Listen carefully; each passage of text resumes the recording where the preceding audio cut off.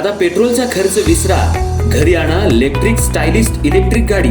100% भारतीय बनावटीची electrics EV electric गाडी आता उपलब्ध। 5 वर्षांची वॉरंटी, आकर्षक कलर्स आणि स्पोर्ट्स डिझाइन। एकदा चार्ज करा आणि 100 ते 140 किलोमीटर पर्यंत रेंज।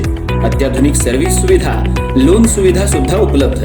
आजच भेट द्या साई मोटर्स, किसान चौक, इचलकरंजी। संपर्क 93 73 27 57 52 किंवा 0230 299 77 66। नो पेट्रोल नो टेन्शन, इलेक्ट्रिकचा स्मार्ट पर्याय।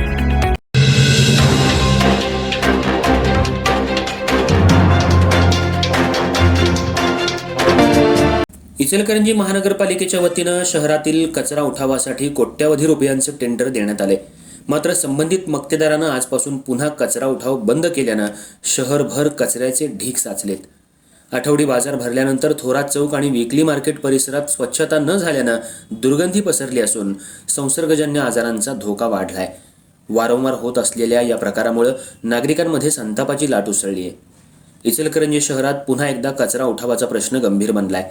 महापालिकेनं कचरा संकलनासाठी खासगी मक्तेदाराची नियुक्ती केली असली तरी आजपासून कचरा उठाव बंद झाल्यानं शहरातील अनेक भागांमध्ये कचऱ्याचे ढीग साचलेत। आठवडी बाजार भरल्यानंतर शहरातील थोरात चौक, विकली मार्केट तसंच इतर प्रमुख भागांमध्ये दिवसभर कचरा तसाच पडून राहिला। वेळेवर स्वच्छता न झाल्यामुळे संपूर्ण परिसरात दुर्गंधी पसरली असून नागरिकांना मोठ्या गैरसोयीचा सामना करावा लागतोय। बाजारपेठेत येणारे व्यापारी, ग्राहक आणि स्थानिक नागरिकांनी याबाबत तीव्र नाराजी व्यक्त केली आहे। दरवेळी मक्तेदाराच्या मनमानी कारभारामुळे कचरा उठाव विस्कळीत होत असल्याचा आरोप नागरिकांकडून केला जातोय।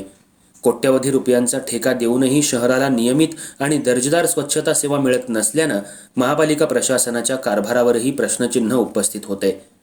घाणीमुळे डास, माशा आणि इतर कीटकांचा प्रादुर्भाव वाढण्याची शक्यता असून डेंग्यू, चिकनगुनिया, गॅस्ट्रो यांसारख्या संसर्गजन्य आजारांचा धोका वाढल्याची भीती नागरिकांनी व्यक्त केली आहे। पावसाळ्याच्या पार्श्वभूमीवर ही परिस्थिती अधिक चिंताजनक बनली आहे। एकीकडे नागरिक घरपट्टी आणि पाणीपट्टी नियमित भरतायत, मात्र दुसरीकडे घंटागाडी वेळेवर येत नाही, कचरा वेळेत उचलला जात नाही आणि पाणी पुरवठाही 5 ते 6 दिवसांनी होत असल्यानं नागरिकांच्या संयमाचा अंत होतोय।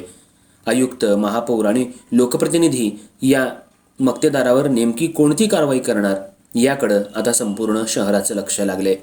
कचरा उठाव तातडीनं सुरू करून शहराची स्वच्छता पूर्ववत करावी, अन्यथा नागरिकांच्या आरोग्याशी खेळ करणाऱ्या संबंधित मक्तेदारावर कठोर कारवाई करावी अशी मागणी जोर धरू लागली आहे। इचलकरंजीकर नियमित कर भरतायत, मात्र मूलभूत सुविधांसाठी त्यांनाच संघर्ष करावा लागतोय। त्यामुळे इचलकरंजी शहरात नेमकं चाललंय तरी काय, असा संतप्त सवाल आता सर्वसामान्य नागरिकांमधून उपस्थित केला जातोय।